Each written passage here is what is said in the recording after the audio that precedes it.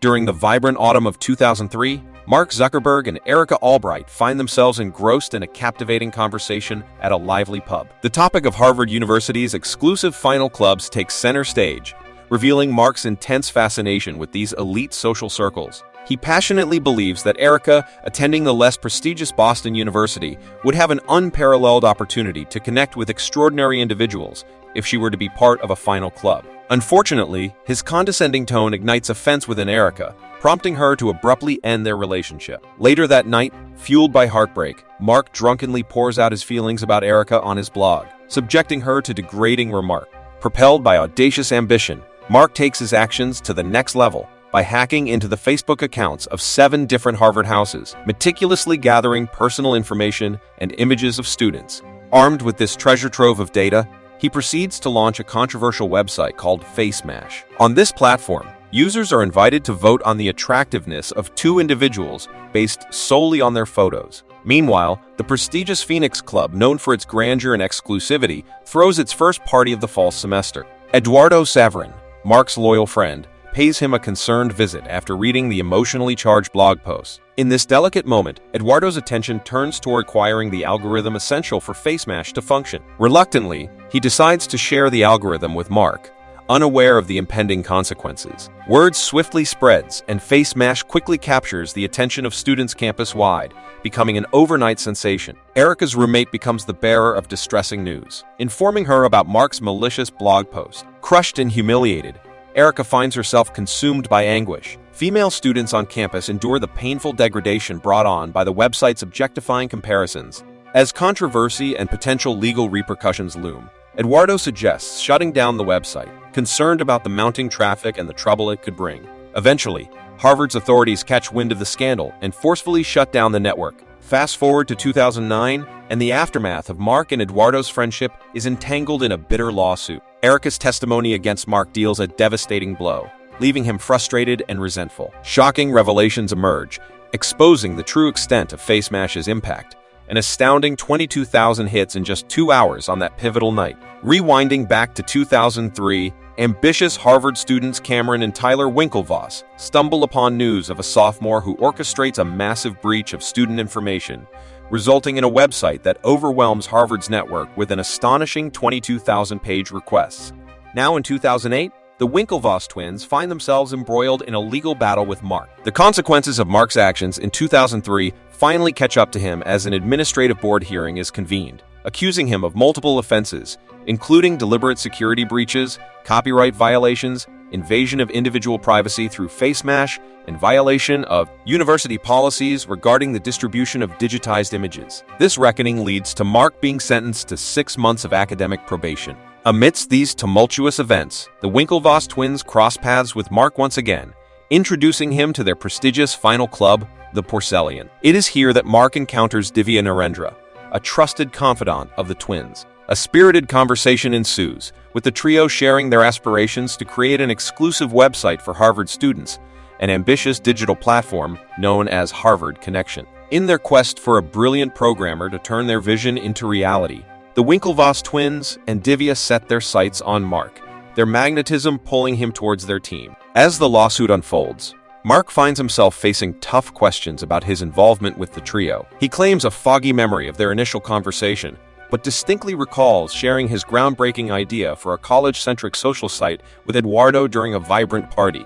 At the party, seeking financial support, Mark persuades Eduardo to invest $1,000 in their venture, striking a deal that promises to split the profits, 70% for Mark and 30% for Eduardo. Empowered by this financial boost, Mark appoints Eduardo as the CFO and sets the gears in motion for what will eventually become the iconic Facebook. During the lawsuit, Eduardo admits to being aware of the Winklevoss twins' earlier proposition to Mark, but decided against it, deeming it a futile pursuit. Meanwhile, Mark skillfully deceives the twins, feigning interest in their project only to repeatedly cancel meetings and mislead them about his true endeavors. Despite their accusations of idea theft, Mark vehemently denies using their code, intensifying the already simmering tension. In 2004, Mark's quick thinking and dedication to connectivity drive him to introduce the relationship status feature on Facebook after Dustin seeks his advice regarding a romantic interest. The platform flourishes as individuals connect and discover potential partners.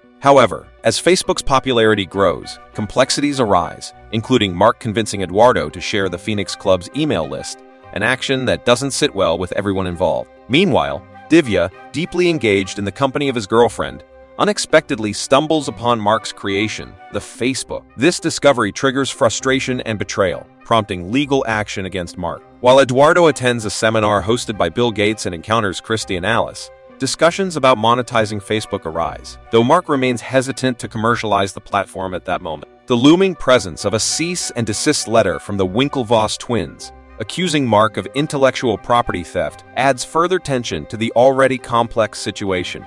Although there are hints that Mark led the twins and Divya on for 6 weeks, he skillfully avoids addressing the matter directly during the lawsuit proceedings. Amidst the turmoil, Mark and Eduardo find solace and friendship at a club, sharing memorable moments with Christy. However, within the vibrant atmosphere, Mark's gaze falls upon Erica, reigniting deep emotions and unresolved feelings that he cannot resist confronting. Tensions escalate as Erica unleashes her fury, engaging in a heated exchange with Mark over his public shaming of her on the internet. In the following days, Mark reveals his aspirations to expand Facebook's influence to esteemed institutions such as Yale and Columbia. Eduardo proposes Stanford as another potential target. However, Divya and the Winklevoss twins raise valid concerns about potential violations of federal laws if the network expands across state lines. They also recognize that Mark's actions directly contradict Harvard's strict policies, explicitly forbidding students from stealing from one another. Fueled by a determination to take action, the twins plan a meeting with the university's president. Meanwhile, on the sunny shores of California,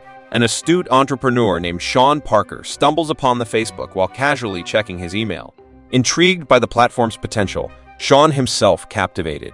As the Winklevoss twins seek an audience with Harvard's president to address their grievances regarding intellectual property theft, their pleas are met with indifference. The president dismisses their concerns and advises them to pursue new projects, reminding them that their social status doesn't entitle them to special treatment. During their spring break, Eduardo and Mark embark on a crucial business trip to New York. Eduardo approaches each meeting with utmost seriousness, while Mark exudes a more carefree and nonchalant demeanor. Mark's anticipation primarily revolves around his final encounter with Sean Parker. However, Eduardo experiences a sense of unease, harboring doubts about Sean's credibility and questionable reputation. When questioned during the lawsuit proceedings, Eduardo recalls Sean's past ventures, including the bankruptcy of his music company Napster and his subsequent expulsion from Rolodex by Case Equity. These revelations further deepen Eduardo's aversion toward Sean, particularly as Sean aligns himself with Mark's stance against monetizing Facebook. Undeterred, Sean confidently predicts that their company possesses the potential to reach $1 billion valuation, extending a tempting invitation for Mark to join him in California. Before parting ways, Sean advises them to shed the words and simply embrace the name Facebook. The lawsuit meeting brings forth the discussion of share distribution in 2004, with Mark holding 65%, Eduardo with 30%, and Dustin with 5%. Emotions surge as Eduardo faces questioning about any actions that might have jeopardized the company.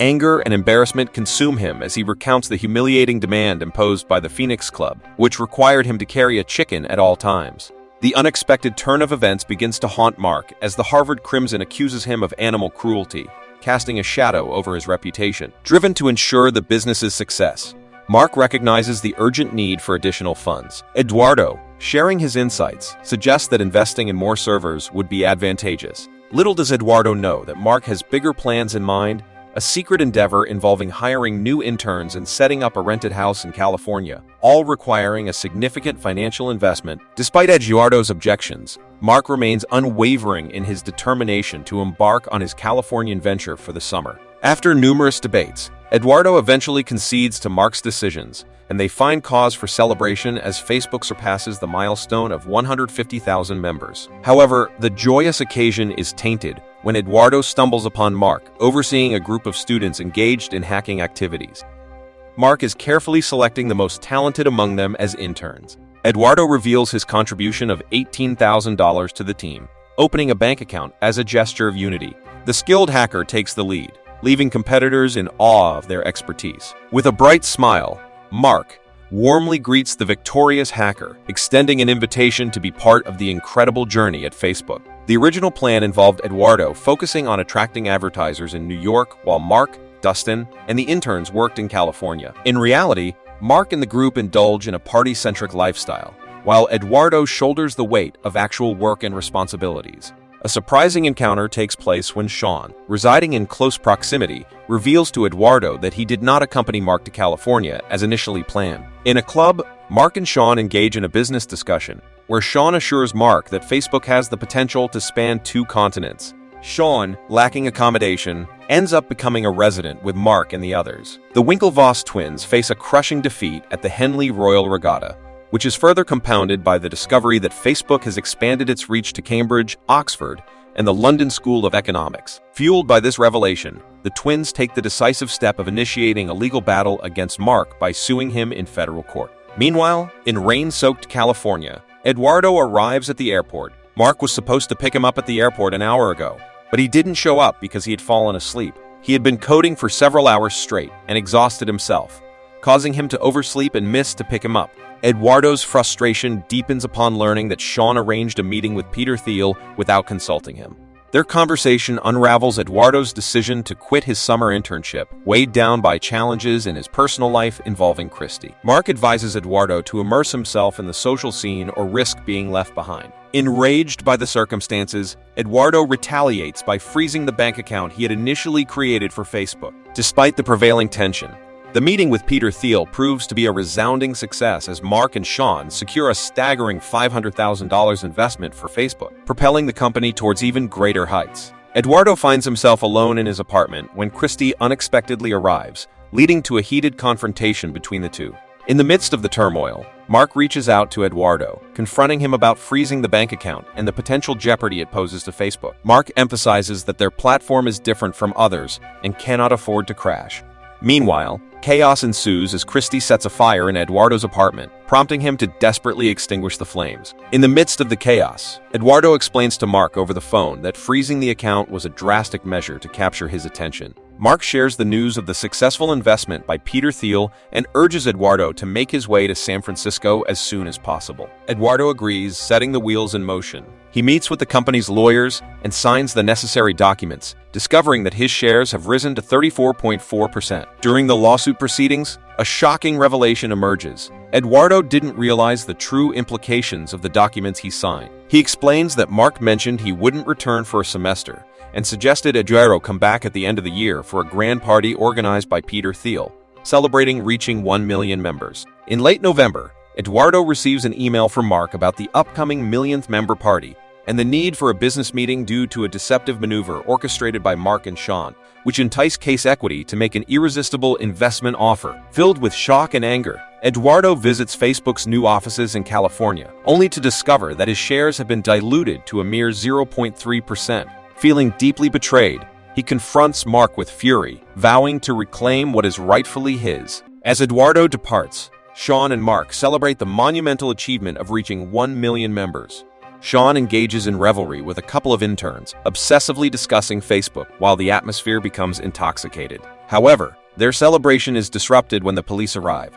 Discovering an underage intern involved in the chaotic scene, Mark begins to realize that Sean's trustworthiness is questionable after all. In the midst of these revelations, he engages in a conversation with Marilyn Delpy, a junior lawyer for the defense, discussing the unfolding situation. She informs him that a settlement agreement will eventually be reached, but he will likely have to pay more due to the jury's lack of support caused by the bitter past events and his overall attitude. After her departure, Mark is left alone, contemplating his situation. In an attempt to connect with Erica, he sends her a friend request on Facebook and repeatedly refreshes the page, eagerly awaiting her response. As the story unfolds, it is revealed that the Winklevoss twins received a substantial settlement of $65 million and agreed to a non-disclosure agreement. Eduardo also reached a settlement, with his name reinstated as a co-founder on the Facebook masthead. Meanwhile, Facebook continues to flourish, propelling Mark to become the youngest billionaire in the world. The movie ends here. Thank you for watching,